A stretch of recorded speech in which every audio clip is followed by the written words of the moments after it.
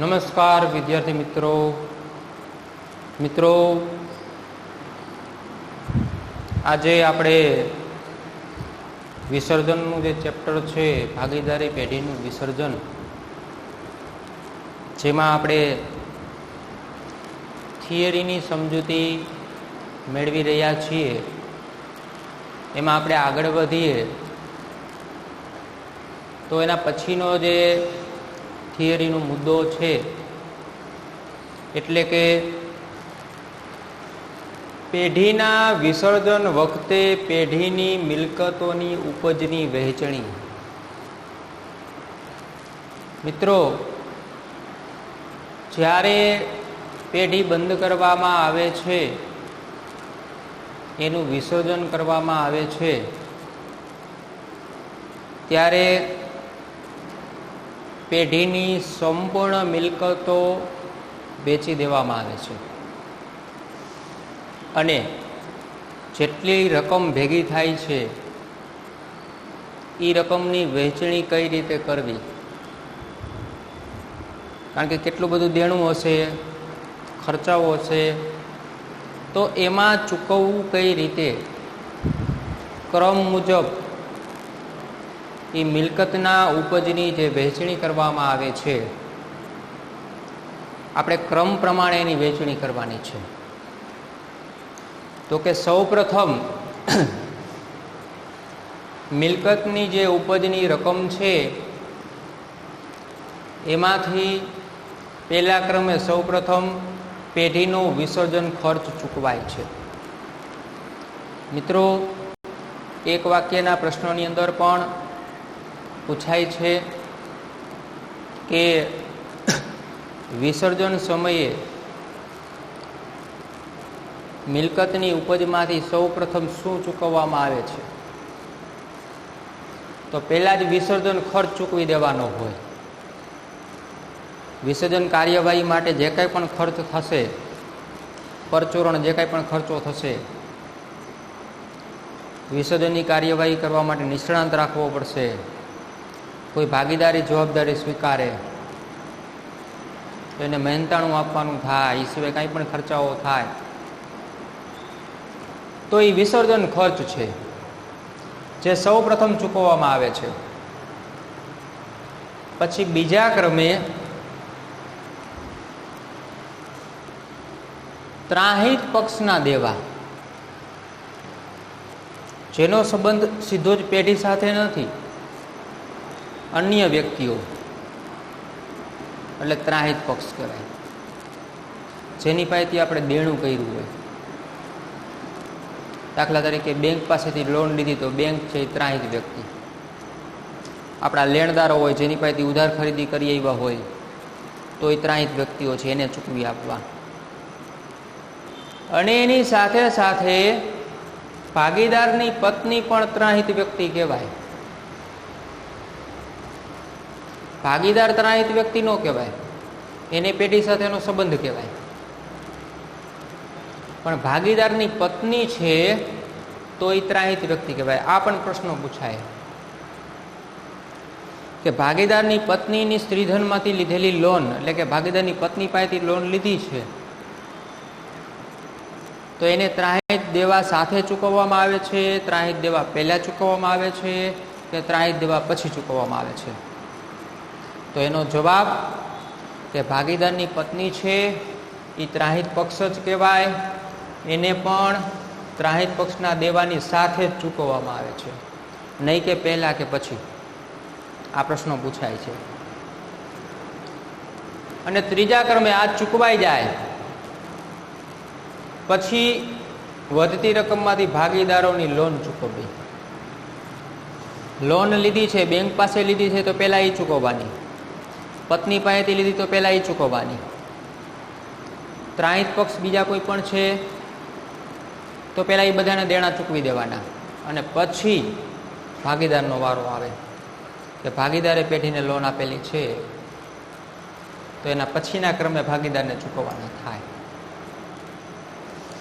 એના પછીના ક્રમે રકમ વધતી જાય એમ ભાગીદારોની મૂડી અને ચાલુ ખાતા જેટલી મૂડી એને રોકી છે કે વધારાની કાંઈ પણ રકમ રોકી ચાલુ ખાતા, તો એ રકમ ભાગીદારોને પરત કરવાની થાય. એના પછીનો ક્રમ, જો છેલ્લે રકમ વધે તો એને નફો ગણી અને એ નફો દરેક ભાગીદારોને નફા નુકસાનના પ્રમાણમાં વેચવામાં આવે છે. હવે આપણી પાસે પૂરતી મિલકત છે એટલે આ બધાય ક્રમ આડા આવશે. પણ ઘણી વખત એવું બને મિત્રો, આપણી પાસે મિલકત વેચી નાખી, રકમની ઉપજ આપણી પાસે પડી છે, એમાંથી તમે વિસર્જન ખર્ચ પહેલાં ચૂકવી દીધો, પછી રકમ વધી, એમાંથી તમે ત્રાહિત પક્ષના દેવા ચૂકવો છો, પણ રકમ ઘટે છે. વધતી જતી હોય તો આ બધાય ક્રમ આવે, પણ મિલકતો જ ઓછી આપણી પાસે. મિલકતો વેચીને આપણી પાસે રકમ વધતી નથી, દેણું ચૂકવી છીએ પણ દેણું બધાયનું ચૂકવાતું નથી, હજી ચૂકવવાનું બાકી રહે છે. તો શું કરશું? તો આવા સંજોગોમાં ભાગીદારી કાયદો 1932 મુજબ દરેક ભાગીદારોની જવાબદારી અમર્યાદિત હોય છે. કેવી હોય છે? અમર્યાદિત. એની જવાબદારી અહીંયા પૂરી નથી થઈ જતી કે મિલકતો વેચી નાખીને રકમ જેટલી હોય એટલી દઈ દેવાની, બાકીના ના પાડી દેવાની કે નહીં મળે, એવું ન ચાલે. એની જવાબદારી એટલી મર્યાદિત નથી, અમર્યાદિત છે. જેટલી રકમ ઘટશે દેણું ચૂકવવા માટે, એટલી રકમ એને અંગત રીતે ભાગીદારી પોતાના પ્રમાણમાં ઘરેથી લઈ આવવી પડશે અને દેણું ચૂકવવું પડશે. એટલે એની જવાબદારી અમર્યાદિત છે. જ્યારે મિલકતની રકમ ઘટે, ઓછી થાય અને દેણું ચૂકવવાના બાકી હોય, તો એ દરેક ભાગીદારોએ પોતાની અંગત મિલકત વેચીને પણ આ બધું ચૂકવવું પડે છે. રેડી? ત્યાર પછીનો મુદ્દો છે કે વિસર્જનની હિસાબી અસર આપવા માટે જરૂરી ખાતાઓ ખોલવા. જ્યારે વિસર્જનના હિસાબો થતા હશે ત્યારે એનો જે એકાઉન્ટન્ટ એને કહેવાય લિક્વિડેટર. એ કેટલા ખાતાઓ ખોલશે? તો કે 4 ખાતાઓ ખોલશે. 4 ખાતાઓથી વિસર્જનનો હિસાબ થશે. એમાંનું પહેલું ખાતું એટલે માલ મિલકત નિકાલ ખાતું. આની આપણે ટૂંકનોંધ પણ સમજવાની જ છે, એટલે ડિટેલમાં અહીંયા ચર્ચા નથી કરતો. એનું બીજું નામ એટલે સંપાદન ખાતું. આ પણ પ્રશ્નો પૂછાય મિત્રો MCQમાં અથવા એક વાક્યના પ્રશ્નમાં. હાઇલાઇટ કરતા જજો. હું તમને વચ્ચે વચ્ચે જ્યારે કહું કે MCQ અથવા એક વાક્યની અંદર પૂછાય છે, એ IMP પ્રશ્નો જ હશે. કે માલ મિલકત નિકાલ ખાતાને બીજા કયા નામથી ઓળખવામાં આવે છે? સંપાદન ખાતું. રેડી? પછી હિસાબી અસર આપવા માટે બીજું ખાતું તૈયાર કરવાનું એટલે ભાગીદારોના લોન ખાતા. અને એ ક્યારે? જો પેઢીએ ભાગીદાર પાસેથી લોન લીધેલી હોય તો. જો લોન હોય ને તો આ ખાતું તૈયાર કરવામાં આવે છે. પણ લોન ન હોય તો ભાગીદારની લોન ખાતું તૈયાર કરવામાં આવતું નથી. ત્રીજું ખાતું ભાગીદારોના મૂડી અથવા તો ચાલુ ખાતા. ભાગીદારો કઈ રીતની પદ્ધતિ અપનાવે છે? સ્થિર મૂડી ખાતા પદ્ધતિ હોય તો એમાં ચાલુ ખાતા આવતા હોય, અસ્થિર મૂડી ખાતા પદ્ધતિ હોય એમાં ચાલુ ખાતા ન આવે. રેડી? અને ચોથું ખાતું રોકડ બેંક ખાતું. કારણ કે રોકડની આવક જાવક દર્શાવવા માટે રોકડ બેંક ખાતું આપણે તૈયાર કરવું પડે. એટલે રોકડ મિત્રો છે એ મિલકત છે. જ્યારે મિલકતના ખાતાઓ બંધ કરતા હશું ત્યારે રોકડ ખાતું બંધ કરવાનું થાય નહીં. કારણ કે રોકડ ખાતું આપણે ખોલવામાં આવે છે, એ છેલ્લે બંધ થાય. આમનોમના દાખલામાં આવશે આપણે એ રોકડનો સમાવેશ એમાં હશે અને આપણે દૂર કરવાનું થશે. રોકડ ખાતું બંધ થાય નહીં. એટલે વિસર્જનની હિસાબી અસર આપવા માટે 4 ખાતાઓ તૈયાર કરવામાં આવે છે. ત્યાર પછી આપણે આ ટૂંકનોંધ જોવાની છે થિયરીમાં છેલ્લો મુદ્દો, એટલે કે માલ મિલકત નિકાલ ખાતાની ટૂંકનોંધ. ટૂંકમાં આને કહેશું મામીની ખાતું. મામીની ખાતું, માલ મિલકત નિકાલ ખાતું. એની ટૂંકનોંધના મેં પોઈન્ટ દર્શાવેલા છે. જો આટલા પોઈન્ટ યાદ રાખવાના છે અને આટલા પોઈન્ટ તમે ટૂંકનોંધમાં લખો એટલે તમને પૂરા માર્ક્સ મળે. 3 માર્ક્સની ટૂંકનોંધ પૂછાય તો આટલા પોઈન્ટ્સ લખવાના. પોઈન્ટ નંબર 1, એનો અર્થ, માલ મિલકત નિકાલ ખાતાનો અર્થ. જો પેઢીના વિસર્જન સમયે પેઢીની મિલકતો અને દેવાઓનો નિકાલ કરવા માટે ખોલવામાં આવતું ખાતું એટલે માલ મિલકત નિકાલ ખાતું. તો મિત્રો, આ માલ મિલકત નિકાલ ખાતું તૈયાર શું કામ કરવામાં આવે છે? નિકાલ એટલે મિલકતો અને દેવા. પેઢી બંધ થાય ત્યારે જેટલી મિલકતો છે અને જેટલા દેવાઓ છે એનો નિકાલ કરવા માટે તૈયાર કરવામાં આવતું ખાતું એટલે માલ મિલકત નિકાલ ખાતું. બીજો પોઈન્ટ,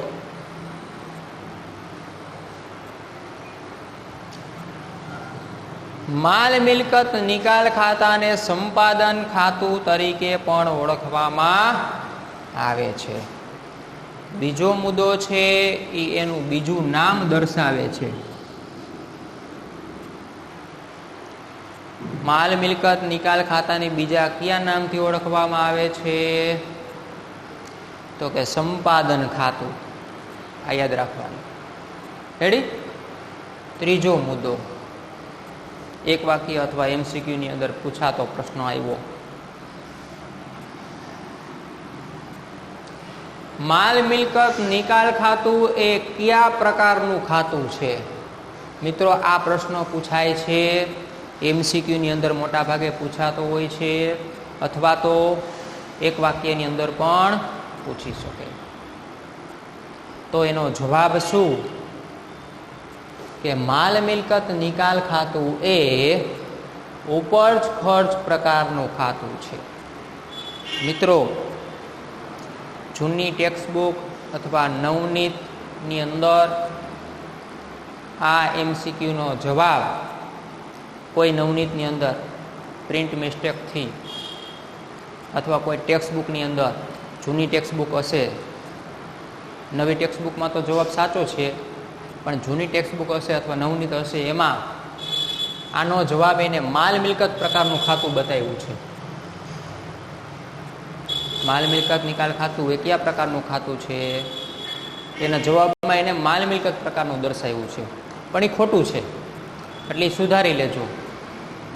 સાચો જવાબ શું છે?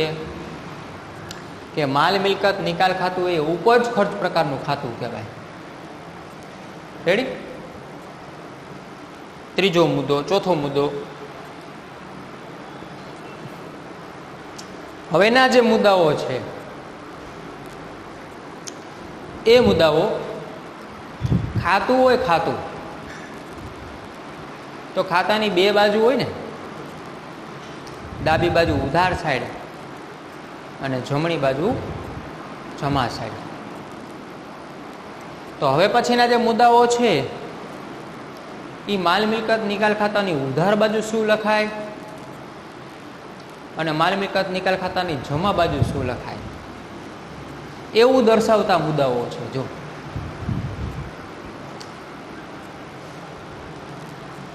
મિલકતોના ખાતા, કારણ કે આપણે અહીંયા આગળ વાત કરી કે મિલકતો અને દેવાઓનો નિકાલ કરવા માટે તૈયાર કરવામાં આવતું ખાતું એટલે માલ મિલકત નિકાલ ખાતું. તો માલ મિલકત નિકાલ ખાતામાં મિલકતોના ખાતા બંધ કરીને લઈ જવામાં આવે છે અને દેવાઓના ખાતા બંધ કરીને લઈ જવામાં આવે છે. પણ કઈ બાજુ, ઉધાર કે જમા, એ મુદ્દાઓ આપણે લખ્યા છે. મિલકતોના ખાતા મામી ખાતાની માલ મિલકત નિકાલ ખાતાની ઉધાર બાજુ લઈ જઈને ખાતા બંધ કરવામાં આવે છે. મિલકતોનું ખાતું બંધ કરશો એને ક્યાં લઈ જવાનું? માલ મિલકત નિકાલ ખાતે ઉધાર બાજુ. એટલે મામીની ખાતું બંધ થશે, ઉધાર બાજુ મિલકતોના ખાતા બંધ કરવાના. દાખલા તરીકે મારે યંત્ર ખાતું બંધ કરવું છે તો એને મામીની ખાતાની ઉધાર બાજુ લઈ જવામાં આવે, એટલે એની આમ નોંધ થાય મામીની ખાતે ઉધાર, તે યંત્ર ખાતે જમા. જે ખાતું બંધ કરવાનું હોય એની વિરુદ્ધ અસર થાય, કારણ કે મિલકતોની બાકી મિત્રો ઉધાર હોય અને દેવાની બાકી જમા હોય. મિલકતોની બાકી કેવી હોય? ઉધાર, અને દેવાની બાકી જમા. જ્યારે ખાતા બંધ કરો ને એટલે એની ઉલટી અસર આપવાની હોય. જેવી બાકી છે એની ઉલટી અસર. મિલકતોની બાકી ઉધાર હોય એટલે મિલકતો શું થઈ જશે? જમા થઈ જશે. એટલે મિલકત ખાતે જમા કરવાનું, પણ મિલકત ખાતું બંધ કરવાનું ક્યાં લઈ જવાનું? મામીની ખાતે ઉધાર, એટલે એની આમનું થશે મામીની ખાતે ઉધાર, તે યંત્ર ખાતે જમા. એટલે યાદ રાખવાનું કે મિલકતોના ખાતા બંધ કરી મામીની ખાતાની ઉધાર બાજુ લઈ જવામાં આવે છે. જ્યારે પછીનો મુદ્દો, દેવાના ખાતા બંધ કરી ક્યાં લઈ જવામાં આવે છે?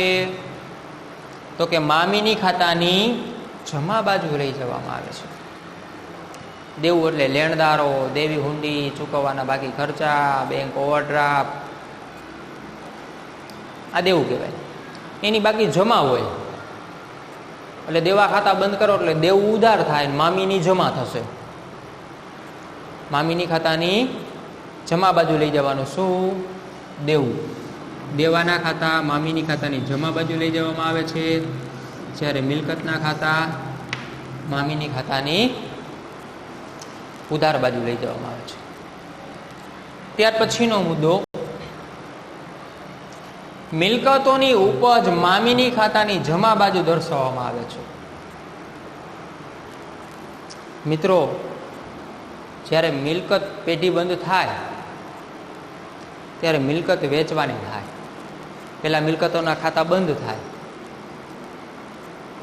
અને પછી એ મિલકત વેચાણની જે ઉપજ આવક આવે એટલે એ આવક ઉપજને મામીની ખાતાની જમા બાજુ દર્શાવવામાં આવે છે. ક્યાં આવે છે? મામીની ખાતાની જમા બાજુ દર્શાવવામાં આવે છે. જ્યારે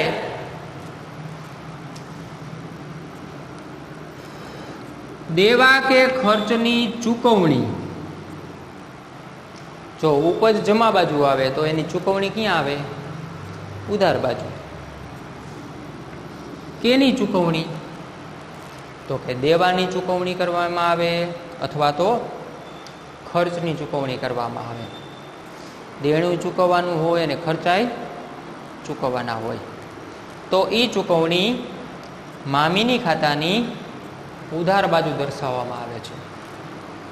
ત્યાર પછીનો મુદ્દો છેલ્લો, અંતે બધી જ એન્ટ્રી મામીની ખાતામાં થઈ ગઈ અને હવે માલ મિલકત નિકાલ ખાતું આપણે બંધ કરશું. બંધ કરો એટલે તફાવત મળે. તફાવત કાં તો ઉધાર બાજુ મળે અથવા તો જમા બાજુ મળે.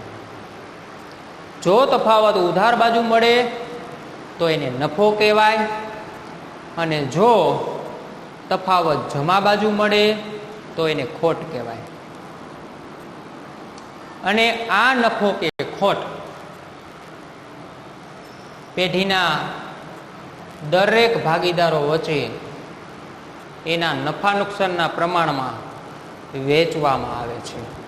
એટલે છેલ્લો મુદ્દો જોવો, અંતે મામીની ખાતું બંધ કરી મળતા તફાવતને નફો કે ખોટ ગણીને ભાગીદારો વચ્ચે નફા નુકસાનના પ્રમાણમાં વહેંચાય છે. તો મિત્રો અહીંયા આ માલ મિલકત નિકાલ ખાતાની ટૂંક નોંધ પણ પૂરી થાય છે. તો આટલી થિયરી આ ચેપ્ટરની અંદર મિત્રો હતી. જેટલી થિયરી આપણે બોર્ડ ઉપર લખાવેલી છે એ પ્રમાણે તમારે પાકી બુકમાં ઉતારવાનું રહેશે. એ તમારું હોમવર્ક સમજવાનું છે અને પાકું પણ કરવાનું છે મિત્રો. કારણ કે આ ચેપ્ટરમાંથી આપણને થિયરીના પ્રશ્નો પૂછાય છે એટલે. અને આ જેટલી થિયરીઓ મિત્રો સમજાવી એમાંથી લગભગ મોટા ભાગના એમસીક્યુ અથવા એક વાક્યના પ્રશ્નો આવી જાય છે. તમે જ્યારે પાકા કરતા હશો એમસીક્યુ એક વાક્યના પ્રશ્નો ત્યારે ખ્યાલ આવશે કે આપણે સાહેબ આમાં સમજાવવામાં આવ્યું. એટલે આટલું તમારે પાકી બુકમાં ઉતારવાનું રહેશે અને પાકું કરવાનું રહેશે. અને નેક્સ્ટ હવે આ ચેપ્ટરમાંથી દાખલાઓ આવે છે અને એ પણ આમનોંધના દાખલાઓ છે, થિયરિકલ દાખલાઓ છે, જેની સમજ હવે આપણે નેક્સ્ટ વિડીયોમાં મેળવશું.